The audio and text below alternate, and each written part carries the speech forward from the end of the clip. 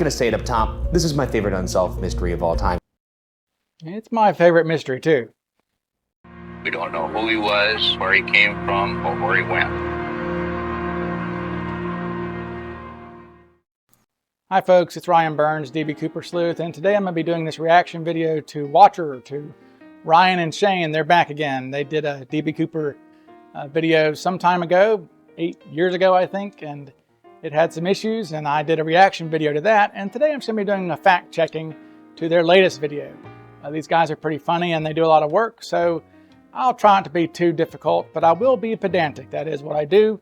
That is what people enjoy, the deep dives. So I'm going to be very picky and pedantic today. So bear with me, and we're going to dive in right now. Carrying his dark briefcase and a 4-inch by 12-inch by 14-inch paper bag, the man took seat 18C in the back of the plane. Well, I said I was going to be pedantic, so we're starting out with a nitpick. Cooper was actually sitting in seat 18E. I know that doesn't matter to most people, but he was sitting in 18E, not 18C. This is the middle seat on the very back row on the right side of the plane as you look forward. When they say wraparound, do they mean like Bono? I'm not sure. Wraparound sunglasses, yes, this comes up a lot. This is in the official FBI's description for Cooper, saying that he wore wraparound sunglasses. That comes from stewardess Tina Mucklow's testimony to the FBI, where she described the sunglasses as wraparound sunglasses. That's not a term that we use today because of the prevalence of sunglasses like this. We've got Oakley type brands, etc. But back in those days, the main types of sunglasses were either the aviator types or the, I guess you would call them the blues man types. These types were very rare and they were kind of coming into their own. The main type was the Ray-Ban Bolaramas, which is what I'm wearing. I'm wearing an original vintage 1960s Bolaramas.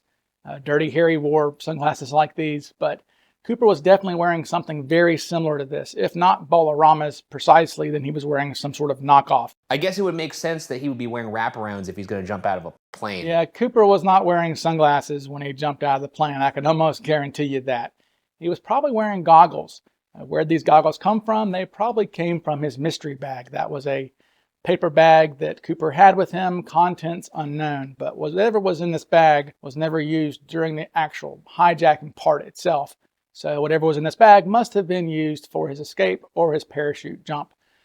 Goggles, gloves, things like that probably were in there. What was usually only a 30-minute flight circled for 2 hours, as the cash was collected from multiple banks along with the parachutes. So this is incorrect. Actually, Cooper's money came from one bank. That'd be Seafirst National Bank in downtown Seattle. Northwest Airlines had an account with them, and Seafirst supplied all the money. In fact, Seafirst Bank actually had $250,000 set aside that was pre-recorded. Those serial numbers had been pre-recorded in the event of a kidnapping or a ransom or a bank robbery, etc., so they could find out if somebody was spending the money later on. Despite the delay, most of the 36 passengers had no idea of the danger they were in. Everybody was calm, including Cooper, who sat in the back chain smoking and ordered 2 more bourbons with lemon lime soda. So there were 36 passengers, including Cooper. So Cooper definitely was aware of what was going on. And it was only one drink. Cooper had one drink and promptly spilled it. He wasn't always the smooth criminal. And this was a bourbon and 7-Up. I'm not sure why these guys are saying lemon lime soda. Maybe they have a sponsorship with Sprite or something. But it was bourbon and 7-Up. He had one and he spilled it. Finally, the plane landed at Seattle-Tacoma Airport at 5:45 p.m. Surrounded by snipers, Cooper had the crew close the window shade. Snipers. Now, while that may be something that Cooper was concerned with, I know of no sniper teams or anything like that that were deployed at the airport that day. In fact, law enforcement and the FBI were told to stand down completely by Northwest Airlines. In those days, if you were the victim of a ransom situation like a extortion or a kidnapping, the FBI actually gave you the option to pay the ransom in the moment and get your person back or whatever, and then they would go find the bad guy later. Or you could tell them to go ahead and intervene and they can go in there guns blazing. But Northwest Airlines, because there was a bomb involved, allegedly, they did not want the FBI doing anything reckless. So they said, stand down. This is just going to be a transaction between an angry customer in the moment and our airline. You can catch the bad guy later, which they never did. When the money and parachutes were brought on board, Cooper let everybody off, except for the pilot, co-pilot, flight engineer, and one attendant. It is kind of nice that he was like, all right, everyone get off the plane. That's sweet of him. Get off the Here's the thing, he's a sweet guy. Like, no one hurt here. A victimless crime, He's a essentially. humanitarian, burglar. So I would say this is actually a pretty common misconception that the Cooper hijacking was a victimless crime. In fact, there were thousands and thousands of people that day who were inconvenienced by this guy's heist. Remember, this is the day before Thanksgiving. So air traffic in the Pacific Northwest was highly disrupted by this thing. SeaTac Airport was essentially shut down for several hours. So all these people coming and going, trying to get to their loved ones and relatives for Thanksgiving the next day were delayed by Cooper. Also, think about the long-term effects of this. There were lots of copycat attempts. Several people died copycatting Cooper's heist. So it was definitely not a victimless crime. And also, the stewardesses had lingering effects from this. In fact, Florence Schaffner, who is the stewardess that Cooper passed the note to, she said that for many years she was afraid that Cooper was going to come find her because she stared right into his eyes that day. She might be our best witness as far as what he looked like. So she said that she used to check behind her shower curtains.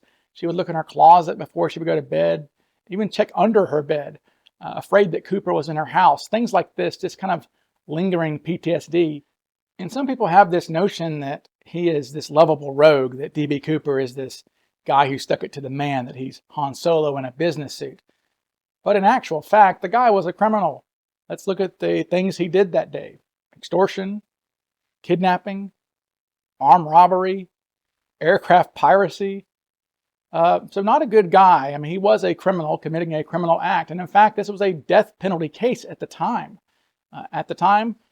Aircraft piracy carried the death penalty. It was overruled the next year, but Cooper was still committing a desperate act. I mean, this was a crime that he could have been put to death for.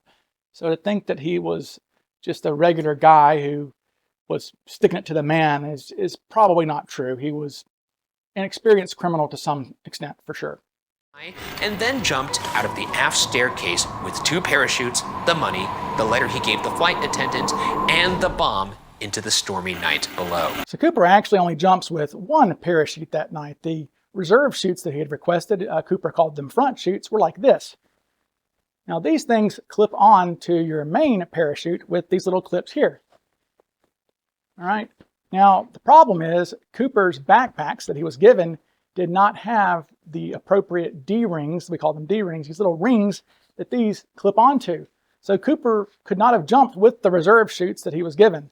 And he only jumped with 1 parachute. So no reserve chutes for Cooper. And this idea that he jumps with this briefcase, I put no stock into that. There was no reason for him to keep this briefcase. Almost certainly he threw it out the back of the plane and it landed with a crash somewhere in the deep, deep wilderness between Seattle and Portland.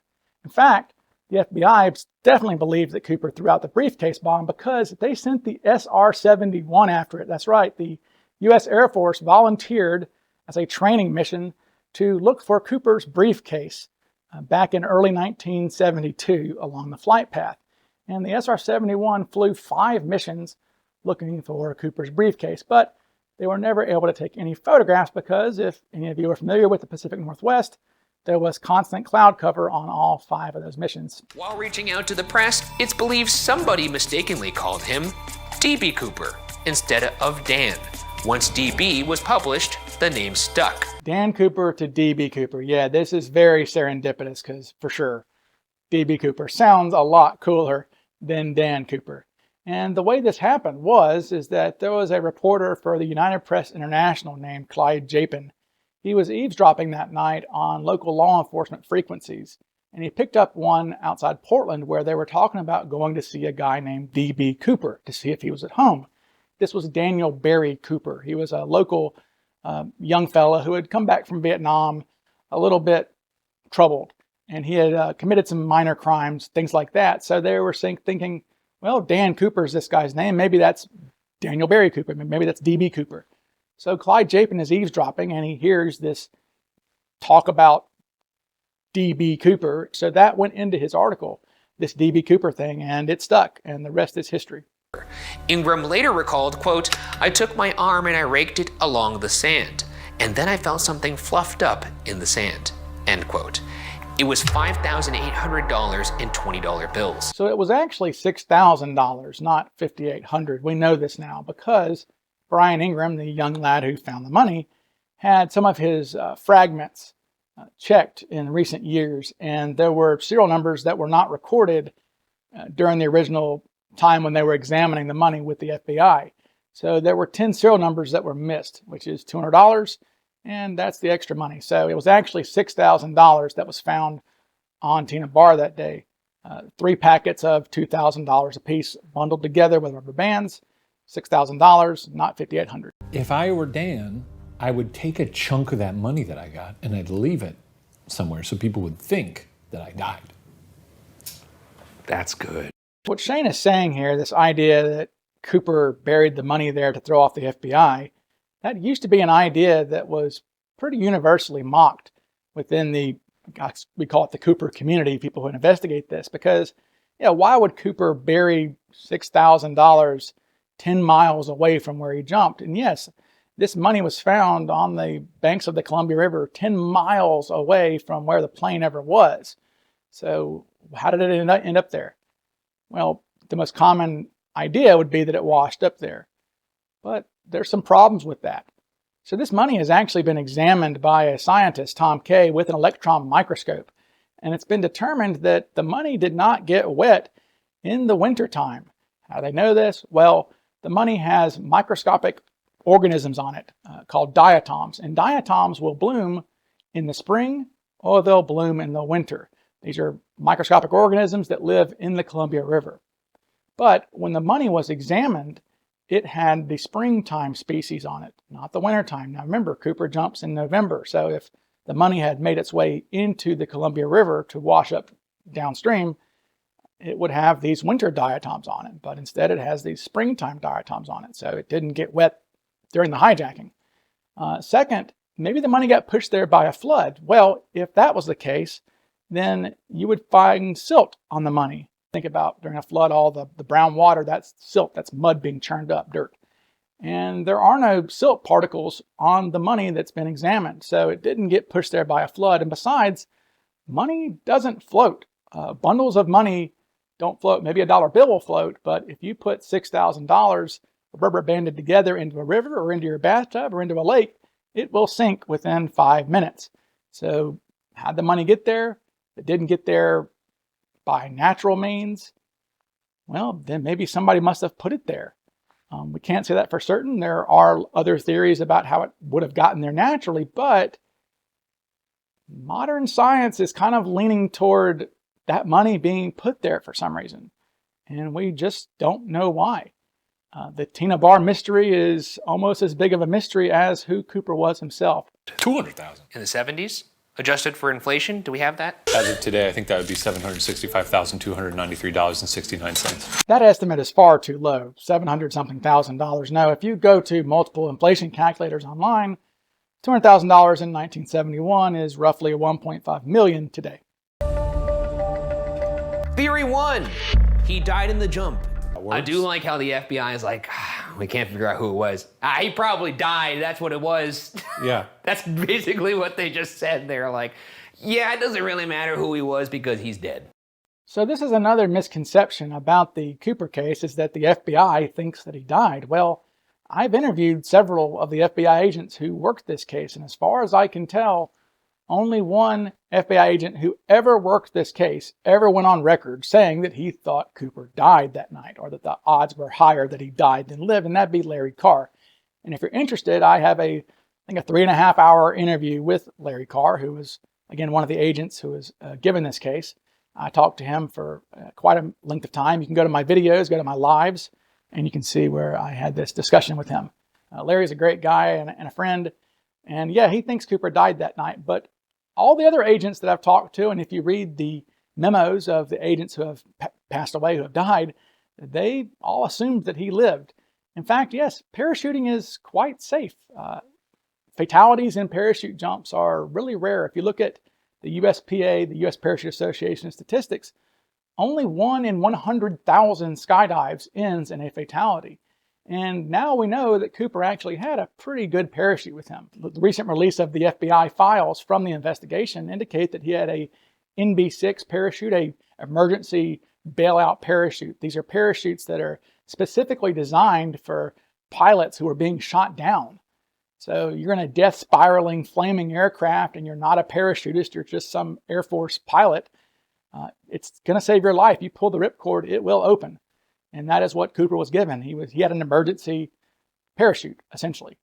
And he probably could not have asked for a better parachute for survival. Now, he probably would have been injured upon landing. Cooper's jumping at night. Now, it wasn't in a rainstorm like people say. It wasn't in a freezing rainstorm.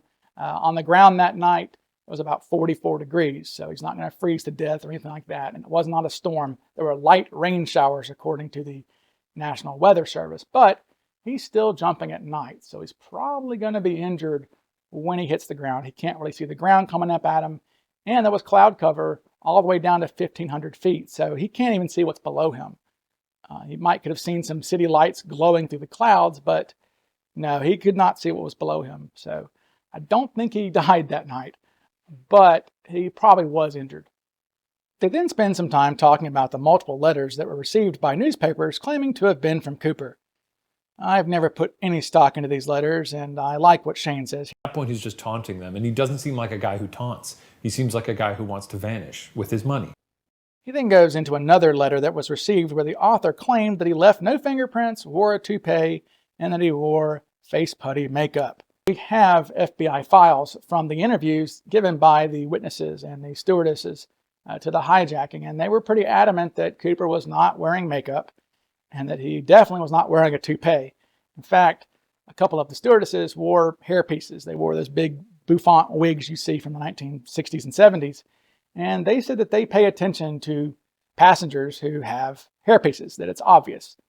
And again, what kind of a hairpiece gives you a receding hairline and possibly a bald spot? One of the stewardesses described Cooper's hair as slightly balding.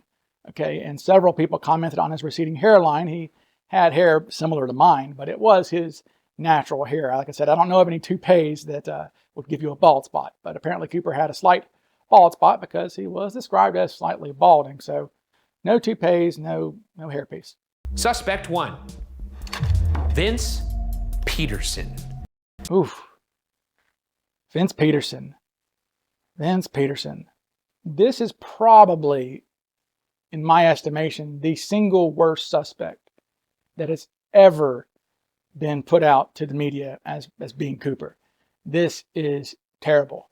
Vince Peterson, just a guy, has nothing to do with anything, not a criminally minded guy, nothing at all to indicate that he could be Cooper. In fact, he doesn't even look like Cooper. Vince Peterson, who you can tell does bear a striking resemblance to D.B. Cooper. Yeah, that's just not true. He doesn't fit the description at all.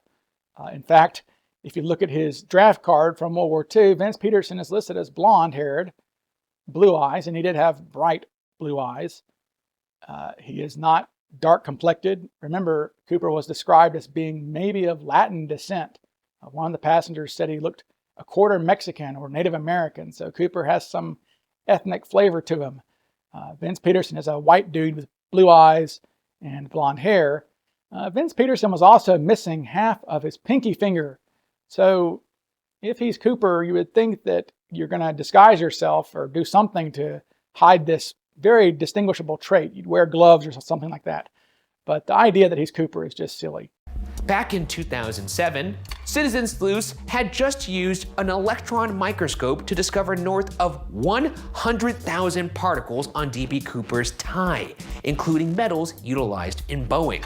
Since then, Eric Eulis, the founder of the largest social media group dedicated to the D.B. Cooper mystery and an expert on the case, unveiled that the tie Cooper left behind contained a unique particle that was part stainless steel and part titanium.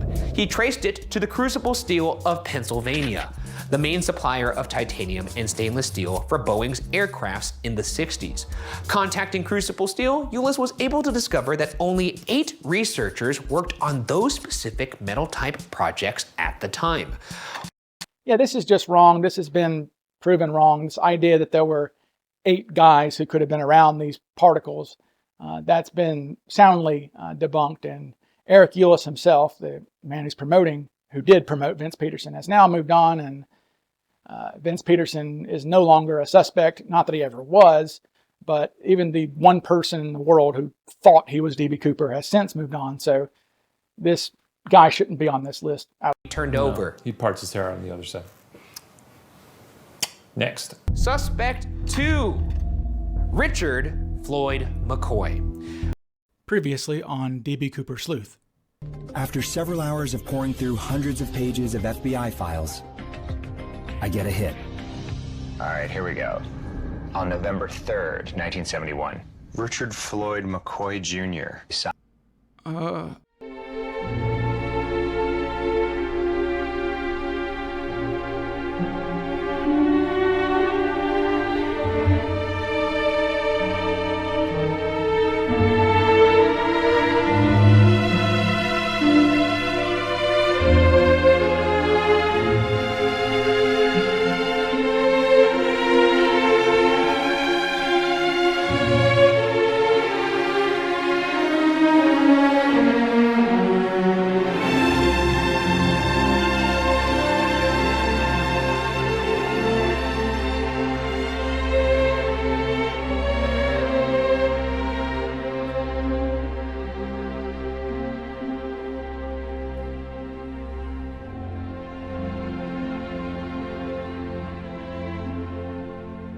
When we last covered the case on BuzzFeed Unsolved, Richard Floyd McCoy was a favorite subject within the FBI. He was one of the 5 plane hijackers that successfully escaped after their jumps. After a tip from a family member said that McCoy was bragging that he'd come up with a foolproof plan for hijacking a plane and that D.B. Cooper should have asked for more money, he was arrested. So he is a suspect, but he was also saying that D.B. Cooper did it wrong. That's what I'm saying, so it's like... Yes, McCoy. It's always McCoy. This guy was eliminated in 1972 by the FBI for very, very real reasons.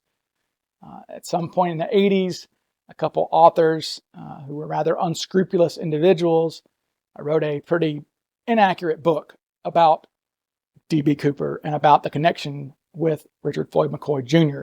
And in fact, there is no connection between the two men other than Richard McCoy being a fanboy of D.B. Cooper, which is exactly what he was.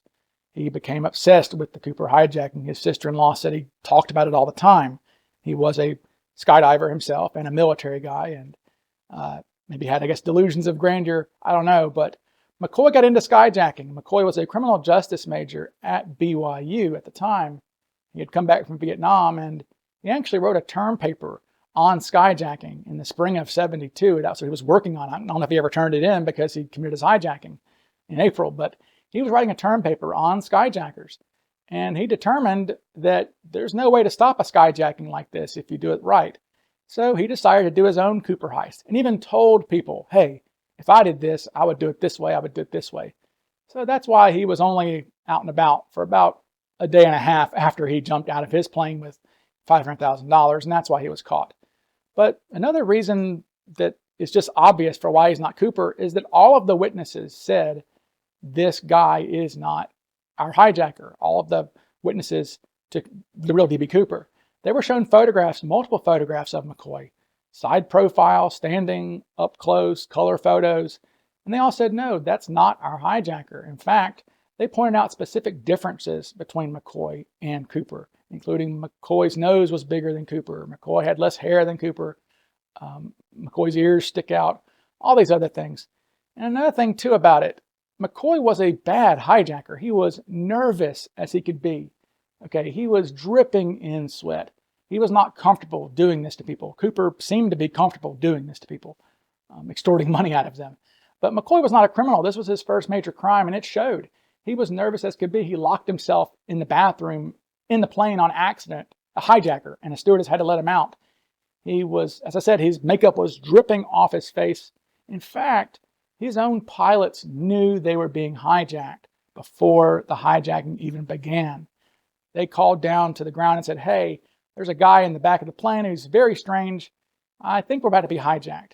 So yeah, McCoy, not the best hijacker, and definitely not D.B. Cooper for a gazillion reasons, honestly. Within months of talking to the FBI, Rick McCoy discovered an old parachute he believes came from the Cooper heist in a storage unit. Cooper's missing parachute has long been considered a key piece of missing evidence. Rick turned it over to the FBI, who are yet to authenticate it. This parachute, okay, let's talk about this. Well, if you're interested for a deeper dive, I have more videos about this parachute. You just click on my profile and you can see them. But basically, this parachute was actually not found by Rick McCoy, even though it says it was. This was found by a YouTuber who happened to be filming at the time when he found this parachute. Oh, how convenient! So I think the best way and the quickest way to describe why this parachute has nothing to do with the Cooper hijacking is just to say this. Let's use the analogy of Cooper using a getaway car.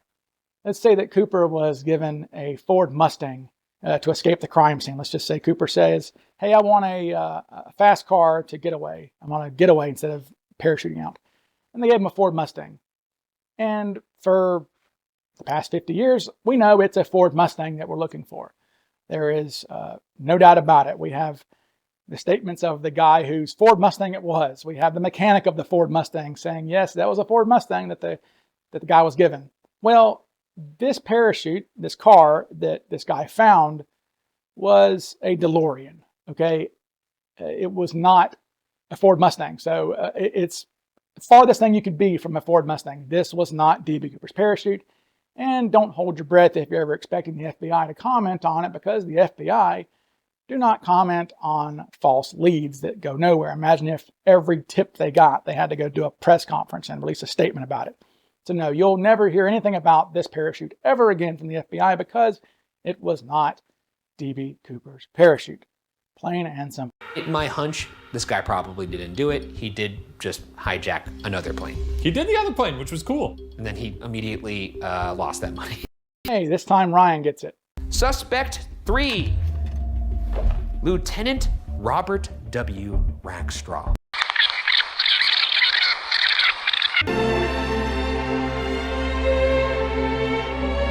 Wow. 3 for 3, boys. 3 for 3. Rackstraw. Another guy who was eliminated by the FBI rather quickly and just refuses to go away. Robert Rackstraw, in no world is D.B. Cooper. Look at this photograph here I'll put up of Robert Rackstraw a month before the D.B. Cooper hijacking. Now, does this guy look like he's balding or have a majorly receding hairline? Also, does he look in his 50s or in his 40s? No, Rackstraw was in his late 20s and very obviously so. Also, Cooper was described as being homely. The women on board the plane and even some of the men described him as unattractive. Robert Rackstraw here is a handsome guy. And again, there's just a gazillion reasons why Rackstraw is not Cooper. No need to really go into it, but not Cooper, 100%. Also, he's the only guy I'm aware of who made himself a Cooper suspect. Now, would the real Cooper do that? No. Robert Rackstraw was on a plane being extradited from Iran, being charged with murder back in the late 70s. He was charged with murdering his stepfather and he was being extradited by the FBI. And he was telling an FBI agent on the plane, hey, what about that D.B. Cooper hijacking? You guys are still trying to solve it. Well, I could have done that. Yada, yada, yada. It'd be logical for me to be a suspect, etc. And this FBI agent turns him into the Seattle office, which was the Seattle FBI office, was in charge of the Cooper hijacking. They investigate Rackstraw. Solid alibi, clearly not Cooper. They took his palm print, etc. Just wasn't Cooper. And then at some point, I guess in the early 2010s, Colbert, this journalist, decides to make Rackstraw Cooper. And it just didn't work. And it's unconvincing, but hey, Rackstraw is the only guy I know who has multiple documentaries who was not D.B. Cooper. So congratulations, Rackstraw.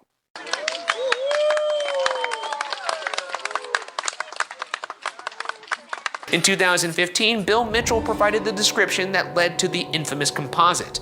Over the years, he had been presented with hundreds of pictures, but when shown 6 pictures, he pointed directly to Rackstraw. So this is 100% not true. We actually have video footage of this passenger, Bill Mitchell, looking at these photos, and he points to Rackstraw. Doesn't say he's Cooper.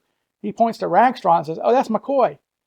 He thought Rackstraw was McCoy. Okay, he thought he had seen McCoy's photo enough to, he got it mixed up with Rackstraw. So no, he did not identify Rackstraw as Cooper. He identified Rackstraw as McCoy. Oh, that's Richard McCoy.